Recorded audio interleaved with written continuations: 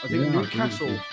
are better than Milan and PSG. I think they're better teams. The script writers have been working overtime this week. Tonali and Donnarumma returning to Milan. United even more regretting not signing Harry Kane as they get Bayern Munich, not Arsenal. And Arsenal get Sevilla, not Bayern Munich or Barcelona. And of course, Manchester City get a bye to the knockout round. Well, the Champions League is back, and so are we. Back into the regular flow. Welcome to the Anglo-Italian pod. As always, my name is Rory, and I'm joined by my very good friend, Adam. Hey, Rory. The evenings are getting darker. September is upon us. All we can say is football is back. Football is back. And more importantly, it seems like you had an epic holiday. So tell the listeners, how was your holiday? Yeah, it was good. It was good. People who are viewing will be lucky enough to see my amazing bronze tan, and I'm wearing the white shirt so I can show it off a little bit more. Yeah, did a little bit of a trip traveling back up Italy from Puglia, a few little stops. Would recommend Perugia, a city that I think is massively underrated. Absolutely beautiful. Went there, Vieste in Puglia. And we finished in Livorno, and it's just full of absolute nut jobs, but a really interesting city. So if you're ever stuck in Tuscany looking for a day out, I would recommend Livorno. So yeah, did a few different stops, but now definitely ready to, one, sleep, and two, get back into the flow with the podcast. We're going to be back with our Monday shows as of this week. And we're going to be back with our regular shows. No more breaks. Noses to the grindstone. Here we go, back with Champions League action. Adam, what are we going to be talking about in this week's show? Well, we'll be starting off with the big announcements that happened earlier this evening, which is the Champions League draws. So there's been some very tasty kind of lineups, it has to be said. There's always a group of death, and yeah, we weren't spoiled there. But we'll also, Rory, talk about Serie A action as well as the Premier League.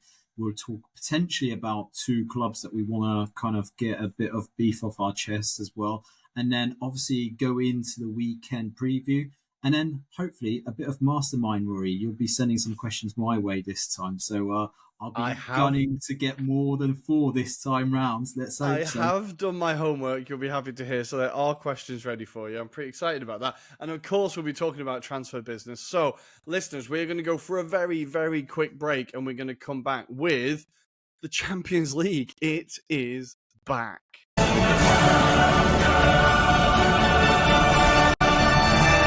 welcome back after that very quick break. We are ready to talk about the Champions League group stages that were done today in Switzerland. The last ever group stage draw there's going to be. This is the last one. Next year, remember, guys, it all gets ruined. So hold on to this while you can. I don't know about you, Adam, but maybe it's because Arsenal are actually in it this time, but I was super excited about this draw today. Does it get you excited, the group draw? Yeah, I think there's always that sense of excited, like anticipation, shall we say. I think this year as well, especially because I think we've had a few curveballs, the likes of Lazio coming back into it, Napoli potentially even stronger than before. But I'm also looking at it, and you've got teams like Braga, Union Berlin, these teams shouldn't be underrated because they've had fantastic campaigns in their respective leagues. So yeah, I think for once it's quite exciting. I know there's that kind of, we look at Man City and how easy their draw is. We'll go into it in a minute. But yeah, are you excited about any particular group yourself? I think I'm very excited about Newcastle's group. We're going to get onto that. Newcastle and Milan's group I'm particularly excited about. I think that is definitely the group that most people are going to be spending most of their time looking at. I'm obviously excited about Arsenal's group because I think as much as it looks like a Europa League group, I think there's some interesting ties there. Yeah. And also, I think Group C, Napoli, Real Madrid, Braga, and as you said, Union Berlin, there's some really interesting games there. Like Braga, the scenes of them qualifying were amazing. I think the first time they've ever done it in their history. So there's a lot of groups to look forward to there. And obviously, we're just going to look at the Italian and English interests. Yeah. And in some cases, they overlap, but not all. But starting with Group A, I'm repping the Bayern Yes, Munich you shirt are. in celebration of the fact that we didn't get them in the group stage. Group A, we have Bayern Munich, Manchester United, Copenhagen, and Galatasaray. Now, Adam, your first reaction to this group, Manchester United and Bayern should be the top two there, right? I think they're the considerations to be top two in that group, but I think we shouldn't underestimate the likes of Galatasaray. Appreciate it's the first time that they've been back at the foray of the Champions League, but it's fair to say they've invested quite well. They've got some big names in their squad, and I appreciate one of them, Zaniolo, has decided to join Aston Villa more recently. But, I think they shouldn't be underestimated, especially when teams go to Turkey, right? Copenhagen as well. They are respectively hard-working team. I think they won't concede too much potentially, and I'll be keeping an eye on the Polish goalkeeper Grabara, who he's a young player that came out of Liverpool's academy, had to go elsewhere to get his football, and he's making a name for himself. So again, that won't be very easy for teams to go there, but it is anticipated at least Bayern should dominate this group, I would anticipate. And we've got homecoming for Harry Kane this soon as well. It was immediate, right? It was bound to be immediate that he'd come back. I think it's quite funny that it's against the club that it was always going to be Bayern Munich or Manchester United he went to, wasn't it, really? If you know what I mean? So I think it's quite funny how that's worked out. But other narrative as well with Galatasaray, we've got Will Zaha at Galatasaray, who might come back to haunt Manchester United. But I know I'm trying to come at this with a not too much of an anti-United head. I do think like Bayern will finish top. I think Manchester United need to concentrate to get through that group because we've seen them in the past not get through Champions League groups that they should have, and they've gone into the Europa League. So I think they'll be more than aware of the fact that the away games in both Copenhagen and Galatasaray are going to be massive. But they should have enough quality to get through there. Do you think Harry Kane is going to enact revenge? Because I can see him, he's at least going to get one, isn't he? Over the two ties, he's at least going to get one. I think he will. But it'll be very interesting to see the dynamic of Bayern Munich. I mean, we're talking on this particular day, on the eve of the basically transfer window closing. There's still a lot of speculation around certain signings. So Gravenberch, for example, is potentially leaving for Liverpool as it's been speculated so far. And then potentially Paulinho, who had a fantastic game against Arsenal, Rory, won't have to face him, maybe unless it's the Champions League. Because couldn't they have taken him last week? Couldn't they have taken him last week? What are you hanging around for? Get him out of there.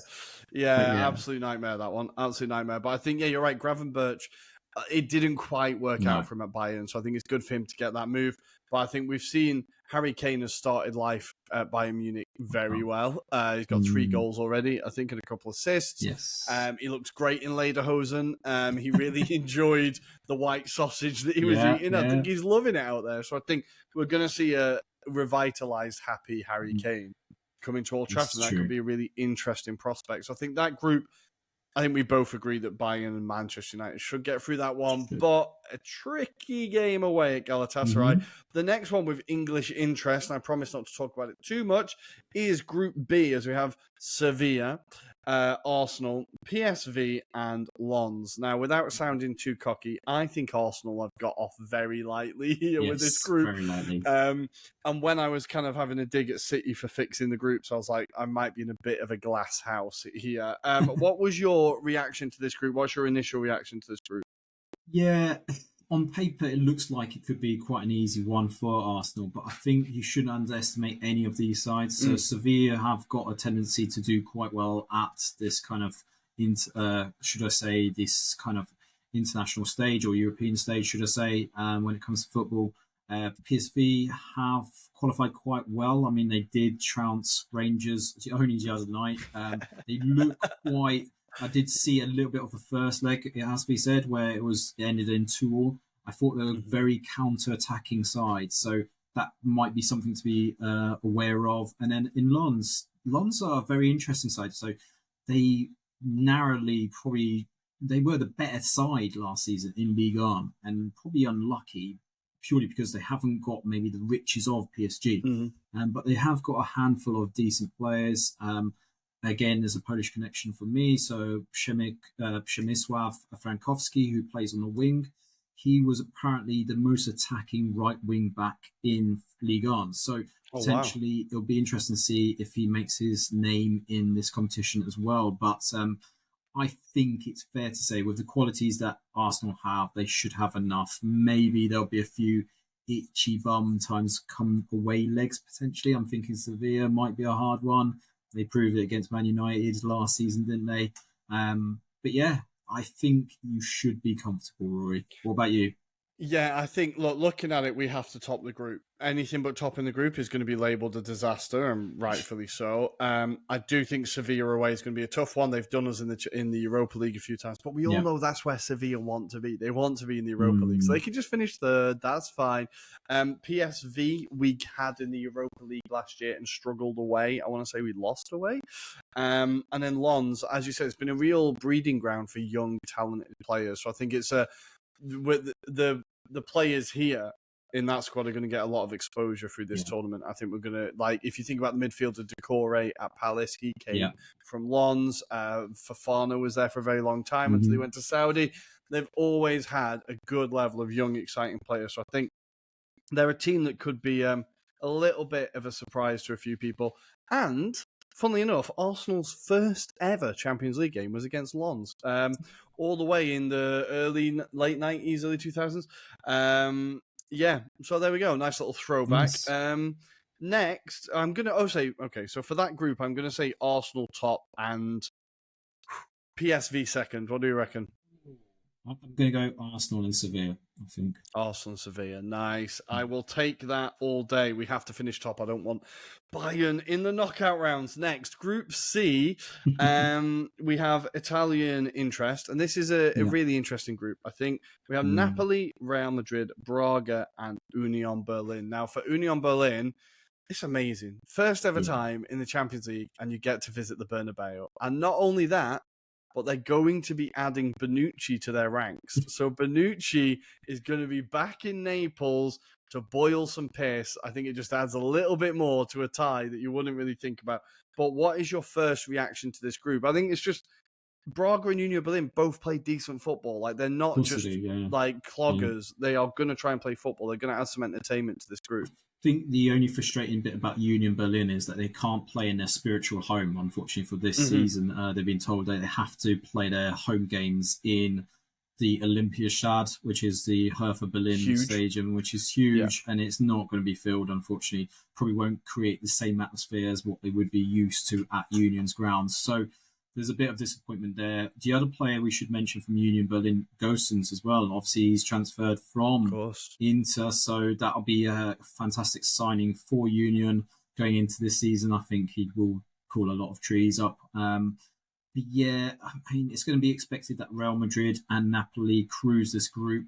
I think it's going to be a very interesting game when the two do take on each other in the respective home games as well. So yeah, with the qualities that Napoli have been able to keep this season, then like Farah, Osimhen, and Zielinski, they'll be the key men when it comes to it. But yeah, I'm curious also if Napoli will add anyone before the end of the window as well, because I think they've got something lined up. It feels like there's still someone that they've got to sign. But for you, Rory, do you expect that to be the first two in this group?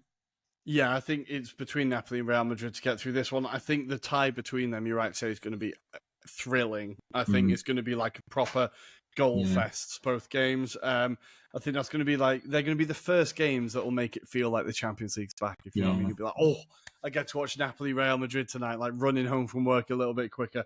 Really excited about that tie. Yeah, I think I would expect those two to make it through. With Napoli, it's interesting because obviously they thought they had Vega in the bag, right? They thought that was done, and then he's gone to Saudi instead. A bit of a waste of a move for me, I think. But I think that means that Napoli are still looking for that player. They're still looking to get that replacement, because I really do think they thought they had that in the bag. For Real Madrid, of course, English interest, Jude Bellingham, absolutely strolling into the Bernabeu, taking Zidane's shirt number. He's got the number 5 and gets the player of the month in La Liga in his first month. So a player that I love how well he's doing there and how well he's doing in general. I think this is only going to be the start for him. And this Champions League campaign, we could really see him hit different levels. Because in the past, he's been obviously with Dortmund. They're a team that, after 30-odd years, I finally learned to expect nothing from. And I think seeing him in a team like that midfield, Camavinga, Bellingham, and Tchouaméni, Yeah. already that's there for 15 years now. If you know what I mean, like where are they going to go? They're going to stay there. And I think we'll see Bellingham hit even bigger heights here. So I think that's going to be really exciting for Real Madrid fans, and probably means they'll win it again, right? I think they're probably amongst the favourites. So Group C, we're saying Napoli, Real Madrid, right? I think so, and for me in that order as well, because I actually have a question mark over Real Madrid up top. If Vinicius Junior does get injured, they are having to rely on the 34-year-old, I think it is now, Joselu, who used to previously grace Stoke City, so and Newcastle, of course. So yeah, I know he's been okay at Espanyol, but not the same, I don't feel, for this level. So it's mad how Spanish teams always have this, don't they? You'll have like peak Barcelona phases, and then just some like League One player just stuck in the team because they've just not thought about, like when Barcelona had Braithwaite or whatever. Yeah, exactly. Nice. Well, good. Next, Group D with Italian interest. I was messaging Tommy today. He said that both Inter and Arsenal have got off quite lightly here. It is Group D: Benfica, Inter, Salzburg, and Kieran Tierney's Real Sociedad. Inter, of course, beat Benfica in the quarterfinals last year, or the last 16. Quarterfinals, wasn't it? It was after Porto. Beat them in the quarterfinals, so a bit of history there. Benfica lost a few players this summer. Salzburg, always dangerous. And Real Sociedad, first time they've been in the Champions League for a while, it feels like. They, again, have added a bit of quality, not just Kieran Tierney, but they've added bolstered their ranks quite a bit. I think they're looking at really making a run at this. What are your first thoughts from Group D? I think on reflection, you kind of look at Benfica of last season, and yeah, like you say rightly, there's been a lot of players that have since moved on. So the obvious one is Ramos, who's gone to PSG. I think that kind of focal point means that they are having to rely on their youth this time. I'm not too sure if it will be the same kind of strong Benfica that we've been used to in the last 2 seasons. So I'm totally expecting actually Inter to do well. Having said that, Inter don't normally do well at group stages. They seem to always throw these kind of occasions.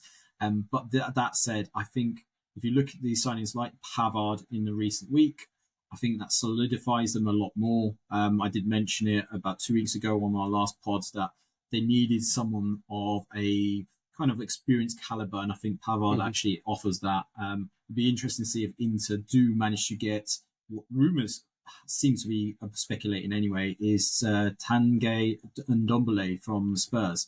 If they manage to bring him in, that's obviously a backup midfielder. Well, that's all I can see it really being. But whether there's something else brewing, I feel there's someone else that's probably linked with the move, maybe under the radar. I think there's something going on there. So, because Taremi is also another one that's been linked with AC Milan. There's been historically some links with Inter. I think there's a deal to be done there somehow. But reflecting quickly on the other side, Real Sociedad really been doing spectacular for the last few seasons. It has to be said in La Liga. Great to see them. I think they'll be a bit short this time round. Salzburg, I'm a bit unknown. I have to be honest. I don't know who they have in their ranks these days. But you can never underestimate them. They always seem to put themselves out for these kind of stages. So, yeah, I'm totally expecting Inter. I'm going to go for it. I'll say Salzburg into second spot. Wow, I like that a lot. I like that. Of course, they had to sell Okafor this year to Milan. But what we know with the RB brand is that there will be someone to replace him who will probably be better. That's what they do. So I think, lots of young players to look out for there and keep an eye on. But I think Inter should be making it through. I'm going to be boring and say Inter Benfica, though. I'm going to have to be boring and just say Inter Benfica. In that order, I'm going to say Inter actually finally top a group. So I backed Arsenal and Inter to top group. That is very ambitious. Very ambitious. Nice. Group E, we have some Italian interest. Now, this is, I think this is the chaos group. I think this is the group where we're going to see the most fan violence. We're going to see some insane banners. We're going to see a lot of beef because we've got 3 clubs that are all slightly right of centre, and then Celtic, who definitely aren't. We have Feyenoord, Atletico, Lazio, and Celtic. I think people will ignore this group, but this group I think is going to be the closest. I think this is going to be the group that on the final day, anyone could qualify. Okay. I think this is so close. I know that Celtic have disappointed in the past in Europe, and Brendan Rodgers hasn't had a great start at Celtic, all things considered. But I do think there are 4 teams there that all their home grounds are going to be absolutely massive. The atmospheres are going to be so huge. So I think on the final day, there could be some real drama here. What are your first thoughts on this group? I think I'm going to go the opposite way. I think Celtic are going to be the whipping boys. Oh, really? They have been disappointed. I think there's a feeling, and I don't know if you feel the same, Rory, but they haven't really invested the funds that they've received very well. I feel if they were going to go for it, they should have reinvested that into some players. But we know that's the philosophy of Celtic. Unfortunately, that is where they try and buy cheap and nurture these players and then hopefully get a big fee for these players. I think on this time round, I think maybe it's a bit too short to expect Brendan Rodgers to turn it around. That said, he will play a certain philosophy, right? So I expect it to be respectable, but potentially I think they will still get a hammering away from home. But for me, between the other 3, I think it's very open. That said, Lazio have disappointed me from the beginning of this season. I'm sure we'll talk about it later, Rory. We do need to address it. We do need to address it. Unless it's the curse of the pod, again, striking. Sarri hasn't had a great start. Atletico, on the other hand, very strong start. I mean, they seem to be everyone's kind of outsiders to the title so far. So it'll be interesting to see because they're playing a different style of football as well. It's not the typical, Diego Simeone style of football. So that'll be very interesting to see. Feyenoord, obviously, they've really been interesting in the last few seasons. I'll be excited to see how they perform on the greater stage in the Champions League. Maybe a tournament too soon, perhaps, it could be argued. But for me, I think it's between Atletico and Lazio for the top 2 spots. I would probably go Atletico to top this group, though. What about you? Yeah, no, I like that. I think Simeone is an interesting one because he obviously gets labelled with that type of football, but then when he has a squad that's capable of playing other types of football, he will do it. I think when he's won La Liga in the past, he's won it in a uber defensively shithouse way, and he's also won it in a kind of free-flowing football way. So I think he's much more pragmatic, I think, than people give him credit for. Like, he's not so dogmatic with his thoughts. So I think it will be great to see an Atletico team trying to play football again. That'll be nice. But yeah, I'm going to say Atletico go through, and Feyenoord, I'm going to say I feel like Lazio, even though I back them to win Serie A, I feel like their European pedigree is awful. And after the Conference League exit last year, I think this is a huge jump. And yeah, as I said, 3 difficult away ties. So yeah, I'm going to say Atletico, Feyenoord in that order, but I'm going to predict final day drama in this group. Finally, Group F for finally, is the one that everybody's wanted to talk about. The second this draw came, it was welcome back to the big time, Newcastle, because you have been shafted up to the gallbladder here. Group F is Paris Saint-Germain, Dortmund, Milan, and Newcastle. Now, that is definitely the group of death. I think there's no other, there's no one that comes close to that. Now, I think you have to look at this group objectively, right? Because I think you look at the 3 names above Newcastle and you're like, okay, well, they're going to trounce Newcastle, right? Newcastle, who are Newcastle, right? As I said previously, Dortmund, I finally learned to expect absolutely nothing from because they will just disappoint you. So I think Dortmund could arguably finish bottom of this group. I think Newcastle are better than Milan and PSG. I think they're better teams. I think Newcastle with a game plan are definitely better than PSG on their day. I think PSG, we've seen that they implode in huge ways. They just get big names. It never really clicks. I know they've got Luis Enrique now, right? But I feel like it's still things. It's never a happy camp there. It's never really fully clicked. And I think what Eddie Howe is going to do with that Newcastle side, they know exactly what they're doing. They know their system. They know how to play. And don't forget, they've just basically stolen Milan's best player. They have, I yes, think you it's need true. to look beyond the name of Newcastle and what, the relegations and stuff, and look at the squad Newcastle now. I genuinely think they've got a chance of topping this group. What do you think? I'm not as, shall we say, confident as you are, I feel they definitely have a chance to qualify out the group. That's what I will give them a chance. I think the only thing for me is that I think when you're talking about the caliber of players that they're going to be facing on a more regular basis, don't forget this is going to be first time they've really been tested where it's going to be League, Champions League, Champions League. And I feel with those defenders, they're going to be potentially really tested. We're not just talking about physically, but we're talking about tactically here. So whilst I agree with you on the sentiments around PSG, I think they will get stronger as they go along. And there's still rumours about Koulibaly, for example, potentially being signed tomorrow from Frankfurt.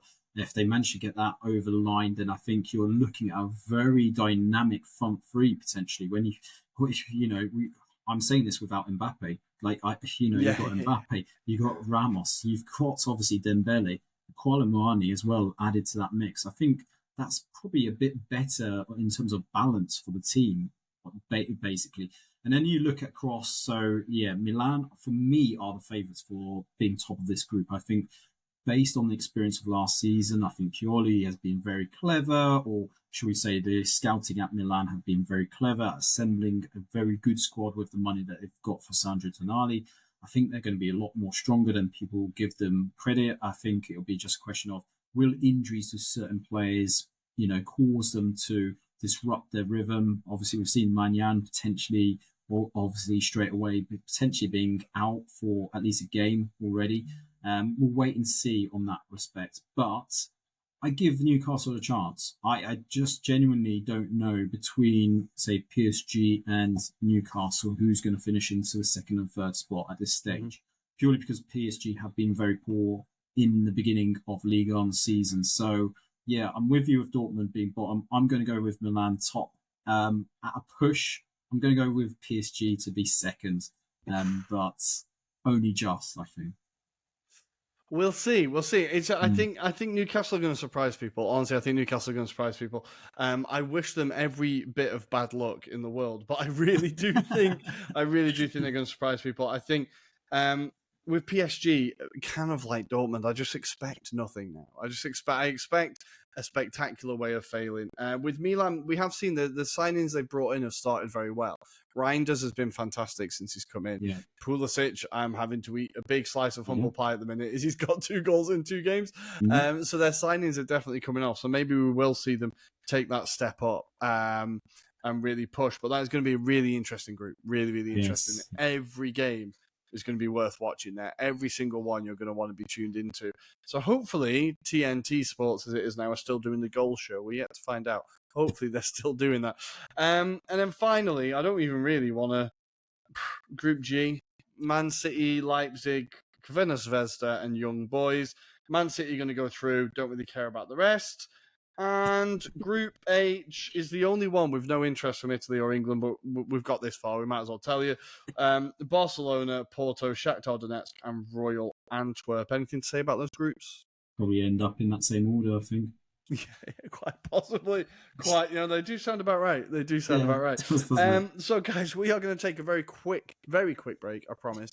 And we're going to come back to talk about some transfer business and Serie A and Premier League after this. Hi, I'm David Wheeler, and you're listening to the Anglo-Italian podcast. And welcome back. It is time for more transfer nonsense. It's nearly there, guys. We can all nearly relax as the door slams shut, apart from in Saudi Arabia, so still a little bit of tension there, I imagine, but slams shut in Europe as of today, as you guys are listening / watching. And we're going to play a little bit of a game called Good Deal, Bad Deal. So, Adam, I'm going to draw, just off screen, I have a little box here. I'm going to draw a random transfer from my box, and you need to tell me if it's good deal or bad deal, okay? Do you get it? Let's go for it. Okay, let's do it. So, first up is Oh, we've got Guendouzi, Marseille to Lazio. Do we think this is a good deal or a bad deal? Oh, I'm going to say bad deal. Ooh. I'm not a fan of Guendouzi's, it has to be said. As much as he's probably had a bit more maturity from his time in Marseille, Much needed maturity, I'll be honest. it's fair to say he's had a traumatic experience this year as well, with his house being robbed. I think his family's been exposed to some robbers as well. But yeah, I'm not quite getting the kind of vibes around this deal. What he adds, he's not Milinkovic Savic quality, and I just feel he's a type of player that's going to likely just piss off people and get sent off, which will probably endear him to the Lazio faithful, right? I feel that's probably more likely to be achieved from this deal. But that said, how do you feel he will suit the Lazio midfield, or do you think it will disrupt it a bit? I think his career of Marseille and Lazio fits in perfectly. Like Yes. two of the most chaotic clubs. I think. Yeah. Look, when he was at Arsenal, I was really excited about him because he's a player who I've watched a lot. I have watched a lot of him, and his ability to turn on the ball, take the ball on the turn and get progressive passes, his ability to run through midfield, his energy, his work rate. He is a very, very good player. I think what lets him down is his personality, his discipline, his temperament, basically. And I think what we could see is now Sadi's man management is pretty good. I think Sadi could probably try and get him to calm down. I think if you can get him to calm down and get him to focus and build that midfield around him, I think you really could get an incredible player there, because there was a few performances for Arsenal, and there are still Arsenal fans, although there's a lot of idiot Arsenal fans. There's still some Arsenal fans that wish that Guendouzi had really worked out at Arsenal, because there were certain games where he really did look like he could take us to the next level. So I think it could. I'm going to disagree with you. I'm going to say it's a good deal. I think it's a clever bit of business from Sadi. It just all depends on if he can get him focused on the pitch. But I think having Marseille and Lazio both on your CV is fantastic. Absolutely fantastic. And very Matteo Guendouzi. So next up, good deal or bad deal? Let's go for, it's one that's caught the headlines this week. Cole Palmer, Manchester City to Chelsea, 40 million plus 5 million add-ons. He looked all right in the Community Shield and in the European Super Cup. He's a player that Man City have been excited about. But if they're willing to sell him to a, in quotes, direct rival, do they think he's that good? What do you think of this one? I think it's a bad deal for Cole Palmer, because I don't know where he sees in terms of how he's going to play for the club. And I don't know what actual game time he's going to achieve there, because I think he would have learned a hell of a lot more by just being on the bench with Pep and developing his game. But that said, obviously, good deal for Man City, I feel, because obviously from an FFP point of view, he's considered as a free asset. They've basically managed to accumulate this money through this deal, and therefore they've put it into the Mateus Nunes deal as well. So subsequently, they've funded the deal through this transfer. But yeah, it's a bit of a weird one. I like him as a player. I think he's got something about him. It's just a shame that potentially the circumstances of the deal, and it obviously this makes it £1 billion spent by Todd Boehly now for Chelsea, which is absolutely insane. When you think how much money they've actually spent and the quality of players, I actually feel they haven't actually gone forward as much as they probably anticipated they would be. Because when you think about the sums, surely they could have brought in Osimhen. Surely they could have got Kvaratskhelia for the amount that they're talking about. And don't get me wrong, young players are good, but you're having to give a lot of trust in terms of that, almost back to that Arsene Wenger philosophy.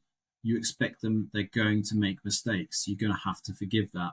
And unfortunately, that's what's going to have to happen in this kind of squad. Also, when you look at it from a cycle perspective, they're all very similar ages. So they're all going to grow with this squad. So you're going to have to give them time. But I don't think Chelsea's a forgiving place. They don't tend to give the players on the pitch a lot of time. And this is the problem. So for me, it's a bit of a disappointing one. I think if I was Cole Palmer, I'd actually look at that and go, do I get more game time potentially? But actually, is it to the benefit of my career? I don't think so. So, yeah, I think it's a bad deal for him personally.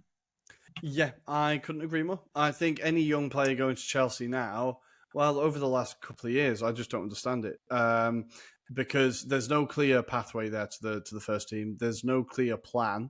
I think they've got like about 10 right wingers now. It feels like the squad isn't only what they've.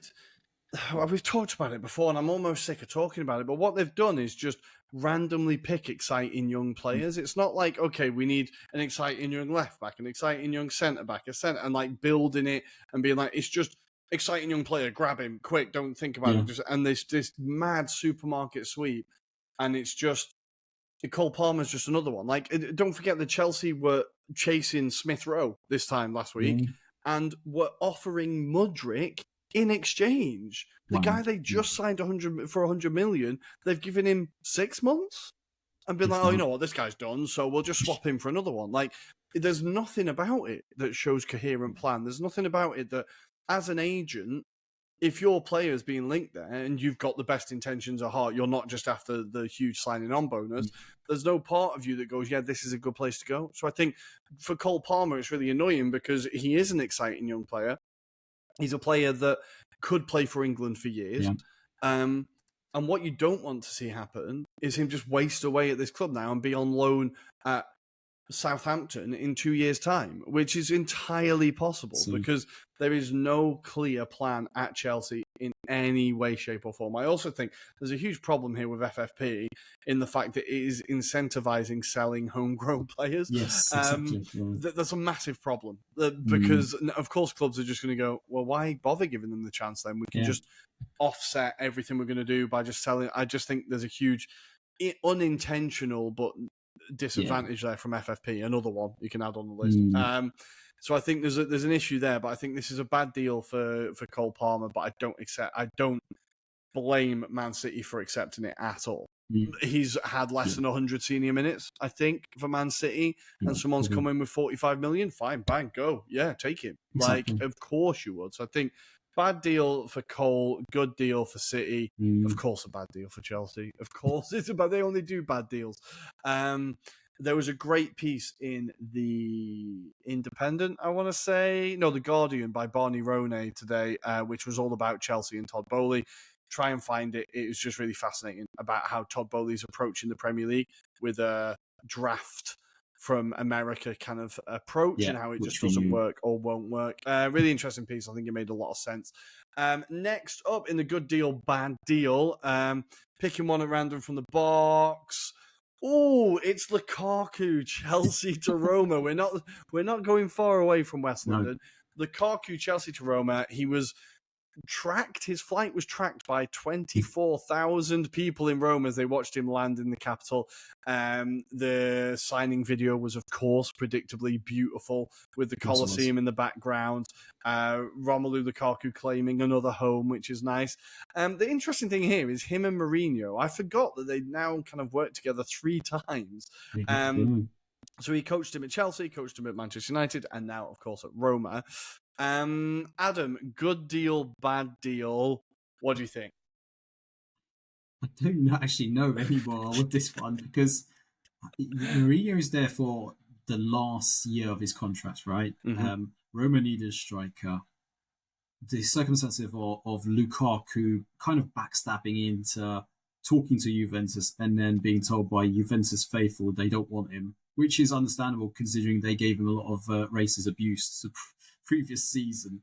And then he's basically scrambling around to find a club, which just happens to be Mourinho's going to give him the faith. And do you know what? It's probably a great deal for Roma because, you know, this is just throw of the dice. You can't lose with this deal because they've got no obligation to sign him. Yeah. They take his wages on. They basically just have him for the season. And when you look at the context of what you saw at the second half of the season for Inter, if he can just turn it on a little bit more, concentrate on his game. Now. They basically need him straight away. He could be a really good asset. But the problem is I've fallen out of love with Lukaku because I just feel like his mind is elsewhere. He's not on the game itself. And I don't know if he's doing a deceptive kind of emotional plea to Roma, when actually by the end of it, he's just going to fob them off and go to MLS or somewhere else by the end of it. So I feel for Roma fans here potentially, because he could score you 20 goals this season, but you could be waving goodbye by the end of the season to him. So yeah, it could be a good signing, but you know what? I don't even care. I don't really care about Lukaku anymore. He's pissed me off so much with the way he dealt with Inter. I have no love for the guy, unfortunately. No, and I think you're definitely not the only one. I think all of us are just a bit sick of his shit at this point. Yeah, I think, exactly. look, I think there's a potential there for it to be a masterstroke. I think Could Mourinho has gathered this ragtag bunch of misfits with like Aouar and you know, Dybala, and they've got these players that hasn't really quite, they've not found home, they're not settled, and he's brought them all together, and I feel like there's a real potential for something to just click here. I'm excited about the Dybala-Lukaku partnership. I think if they can get that clicking, if they can get that going, that could be an absolute game changer in Serie A. It is all about getting Lukaku focused on anything and like getting him to play in the first half of the season. Because what he did at Inter was he realised that it wasn't going to work at Chelsea because his form had been awful, and that Inter weren't going to buy him because his form had been awful. And then as of January, February, he turned it on and just started banging goals. And you're like, okay, so you can do it. So I think what we need here is Mourinho man management masterstroke, but it's going to require patience, and Mourinho doesn't really have it. So I think it's either going to go one or two ways. It's going to be catastrophically spectacular, or it's just going to be incredible. Like I don't think there's no middle. So I think, well, as you said, for Roma, it's a great deal.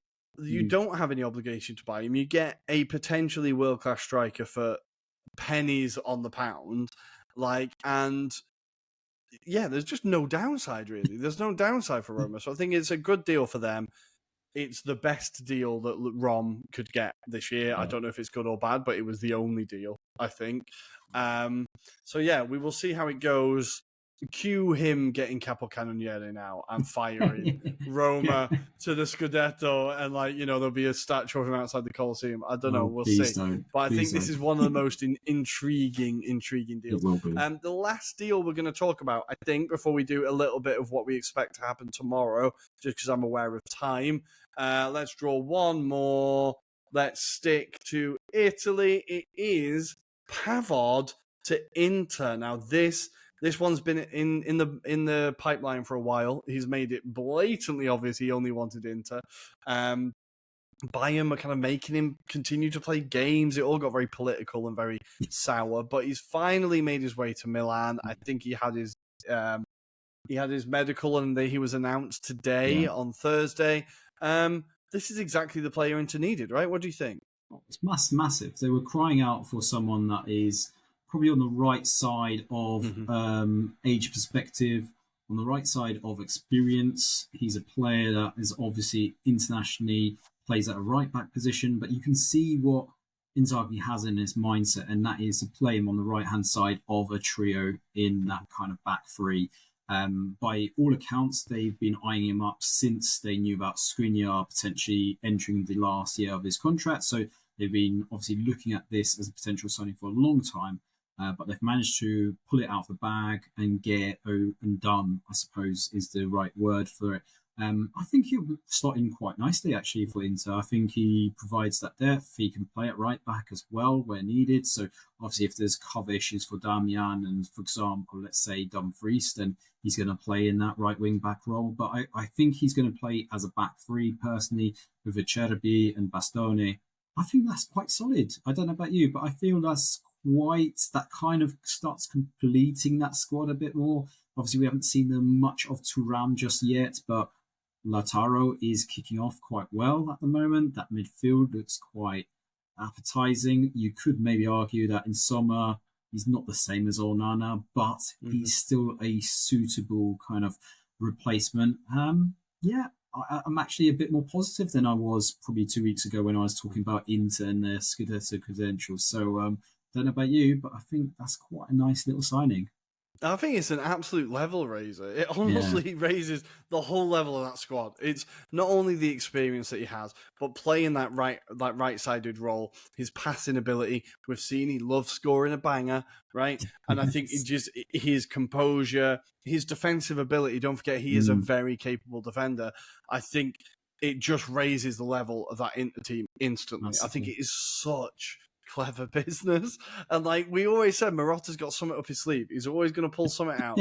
And he's just done it with no money. I don't understand how he keeps doing it, but he just keeps pulling off these miracles and getting Inter to improve whilst working on a shoestring budget. I think I didn't really think of Inter towards the Scudetto. I was like, oh, they'll be top four, but I don't think they'll really challenge.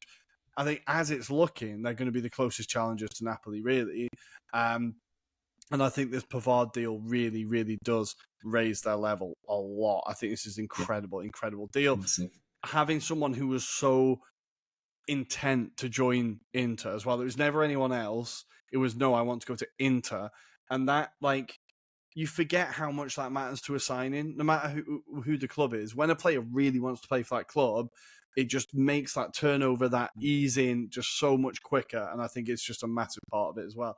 But before we move on, I spotted one more transfer in the bottom of the box. I was going to say, there's just one digging around there. I've got a deal, perhaps. Let's put it to you. Okay, the one I'm going to pull out. I'm opening up the box, and it's Ansu Fati from Barca to Brighton. Snap, Ansu Fati to Brighton. Wow. This is like Football Manager in 2032. Ansu Fati has signed for Brighton. Just the idea of him on one wing and Matoma on the other wing is enough to scare any defence in the Premier League. Stick Evan Ferguson as the focus point in the middle there, or João Pedro, who's had a pretty quiet but impressive start to life at Brighton as well. And you've got a really threatening attack there. I think it's a really interesting deal because I'm intrigued as to why Barcelona are doing it. I don't know what their motivation is, because it's and I hate this phrase, it's disgusting, a dry loan, which means that there's no potential, there's no obligation, no agreed future fee. It's just an old-fashioned loan. Have him for a year, we'll take him back.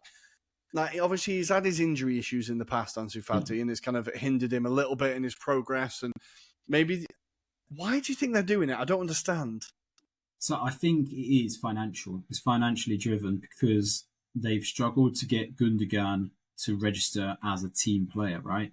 So financially, what they've had to do is get him off the books temporarily to show that they've got enough funds to carry on for this season. Now, obviously, the way they finished the league last season, that gives them a bit more of a breathing space because they'll be basically, it said, that will increase what potential revenues they could put back into the club spending spree.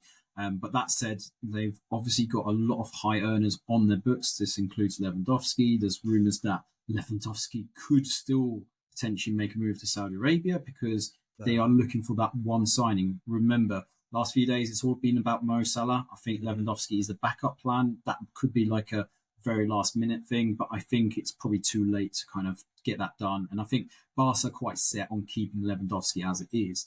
But I am a bit surprised like yourself, because if you think about the context of Fati was signed on to a new contract to restrict clubs from buying him on the cheap. They put a really large buyout clause, which was beyond the 400 million they set for Neymar at the time. I think it was something stupid like 1 billion, I believe, is a buyout clause. So they had high hopes for him. But for whatever reason, Xavi doesn't see him in his plans. And he hasn't played much last season, really hasn't given him a chance. And given that Dembele is off, he's gone to PSG, you would have thought there's an opportunity for him to play. But do you know what? It seems to ring out that João Felix is going to be signed by Barcelona, which is just mental when you think the context of you've got someone as talented as Fati moving on to Brighton, who will do well, I think, under De Zerbi. And then you bring in João Felix, who got a red card in his first game in the Premier League, couldn't barely do much in the Chelsea squad. Given there's a bit of context, Chelsea were a bit shit. But yeah, I didn't see much in João Felix. I didn't see much about what he could bring. And yeah, it's just so weird. It's so bizarre. There's a lot of question marks about Xavi and his handling of the squad. Yeah, I think this is a winner for both Fati and potentially Brighton. I mean, especially going into Europe. That's a fantastic signing. We were purring ourselves when Kudos could have potentially signed for Brighton, but actually this is a potentially really good bit of business by Tony Bloom and Brighton again. Let's wait and see, Rory, but I'm really excited to see this kid in the Premier League. It's going to be insane, honestly. Yeah. There was a very, very brief period where he was linked to Arsenal, Ansu Fati, and I was like, God damn, if we can get Ansu Fati, that's like an absolute game changer.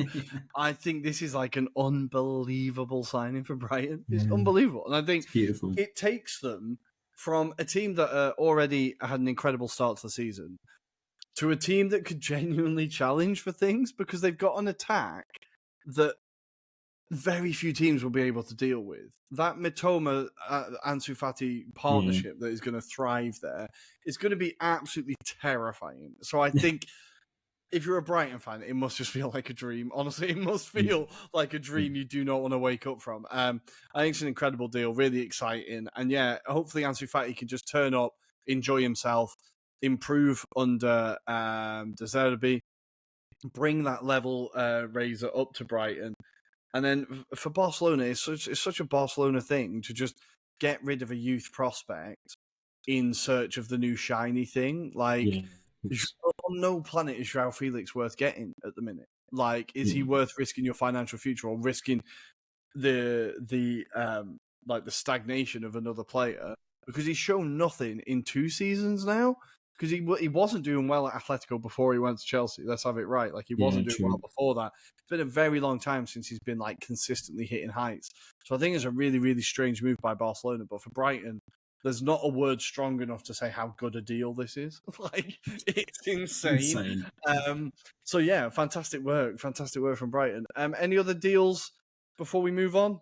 I think the only one that kind of, I'm just having a look at my list. Apart from that, Nicolas Dominguez from Bologna to Forest. That could be a very interesting one. I think he's had a very good season last year.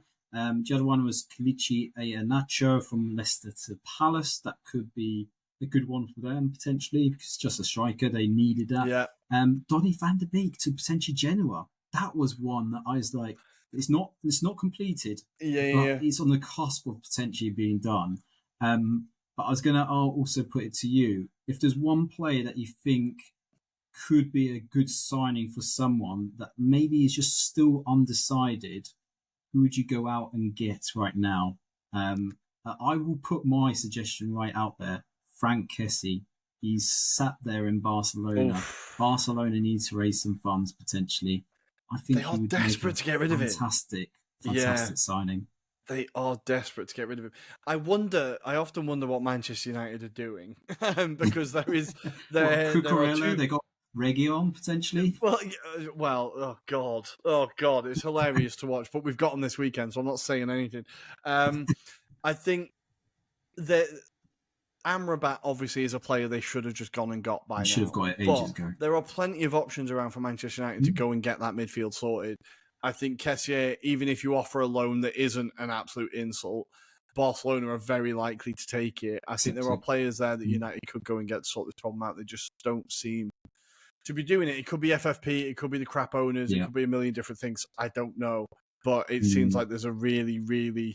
It's like almost intentional now not addressing this problem. It's really strange. But I would expect to see some mad shit from Manchester United tomorrow/today as you're listening. If it is Sergio Reguilon, then I will enjoy that massively. But we're going to leave it there for now, I think. Also, sorry, nobody's after Calvin Phillips at all. Nobody wants to go for a loan after him. Just give him an option. Seems strange to me. Anyway, makes the England squad, so who cares? What's it matter? It's a bit like Harry Maguire, right? He's just an England player now, I think. Like Gareth Bale just plays for Wales.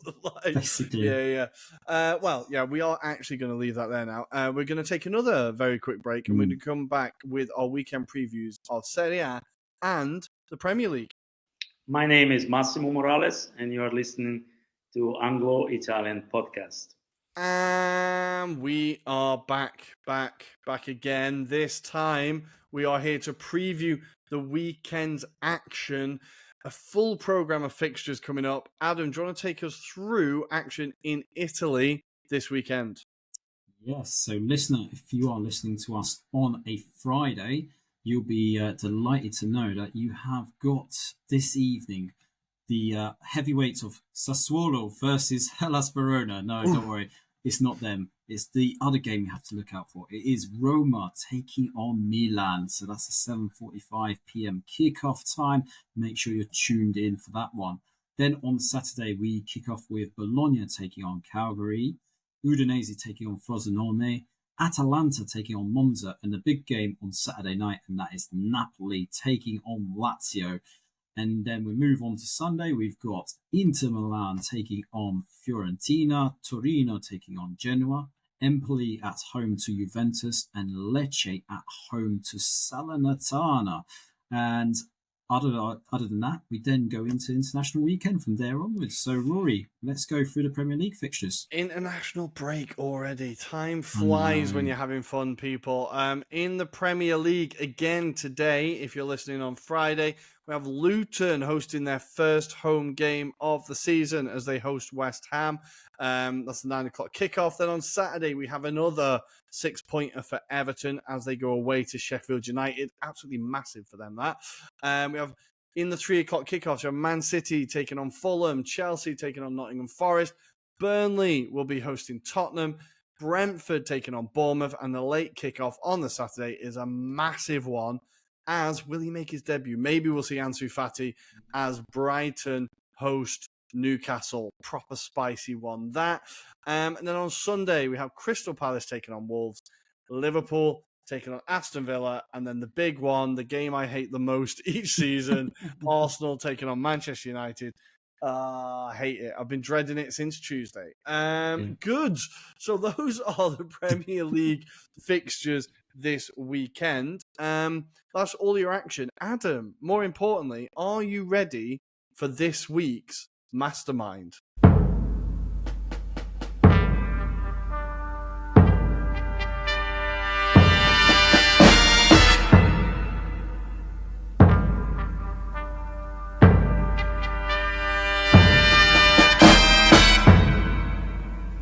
Do you know what? I'm actually starting to brick it because I've just realised I've not done any research. I've not looked at the books. I don't know what I'm expecting. So bring it on. Bring it on. This is my game face pretending I'm not nervous. Bring it on. Come on. There we go.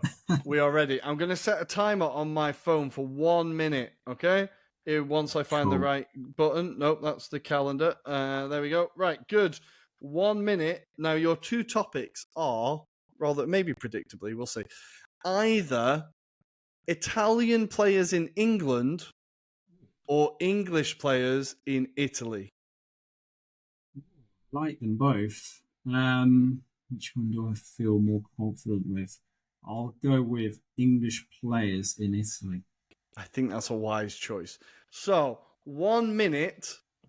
Your time starts now. How many English players are currently in Serie A?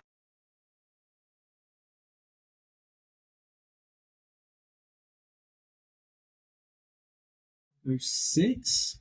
Oh, no. It's 5. Next. Who is the only English player to win Serie A and the Premier League?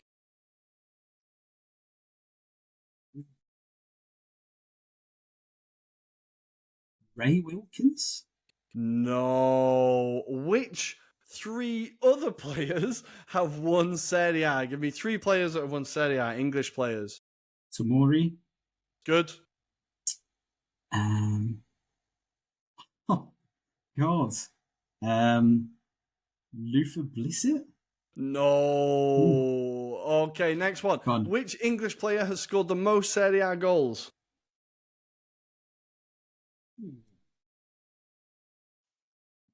David Platt. No, that is time, Adam. It was Tammy Abraham, of course, with Roma. So the questions we had, how many English players are currently in Serie A? It's 5. Tammy Abraham, Illing Jr., Loftus-Cheek, Tomori, and Smalling. Who's the only English player to win Serie A and the Premier League? You're going to kick yourself, Adam. It was Ashley Young. The other 3 players who have won Serie A, the English players, Jimmy Greaves, Jerry Hitchens, and Fikayo Tomori, as you said. And which English player has scored the most Serie A goals? It was, of course, Tammy Abraham. That was a little bit more difficult, Adam. It was a little bit more difficult, that one. Yeah, definitely. I was thinking a bit more like 80s-esque, wasn't I? And I tell you what, 1 minute goes fucking quickly. That's all I can say. It goes really quickly. It's a lot less time than you think. But, guys, there we go. I think that's it for the show this week. Thank you for joining us. As always, please do follow us on Twitter at Italian Anglo Pod, on Instagram at Anglo-Italian Pod, on TikTok at Anglo-Italian Pod. Anglo-Italian Pod, yeah. Good. You can find us on YouTube. You can hit the like and subscribe button here. And as always, tell a friend, give us a rating on your chosen iPod app, and leave a little comment if you like, telling us how great we are. Only positive stuff. It does help in discoverability, I think the word is. So it would be really great for you to do that for us. Adam, anything to say before I send the listeners off with a quote of the week? Make sure you join us on Monday night when we get to review all of the weekend's actions again on a live show, and we hopefully will be joined by guests. So yes, just make sure you're tuned in onto our socials, and we'll see you there on Monday. Nice. And the quote this week is a little tip of the hat to something in the pipeline for a future episode. And it comes from the great R9 El Fenomeno. When I was at Milan, we signed... Oh, it comes from Ancelotti. Damn it. It comes from Ancelotti about El Fenomeno. When I was at Milan, we signed Ronaldo. He weighed 100 kilos, and before the first game, I told him that he couldn't play like that he had to lose weight. He said, "What do you want me to do on the pitch? Score or run? If it's to run, put me on the bench. If it's to score goals, put me in the team." I played with him and he didn't run, but he scored 2 goals. El Phenomenal. We will see you next week, guys. Thanks for joining us.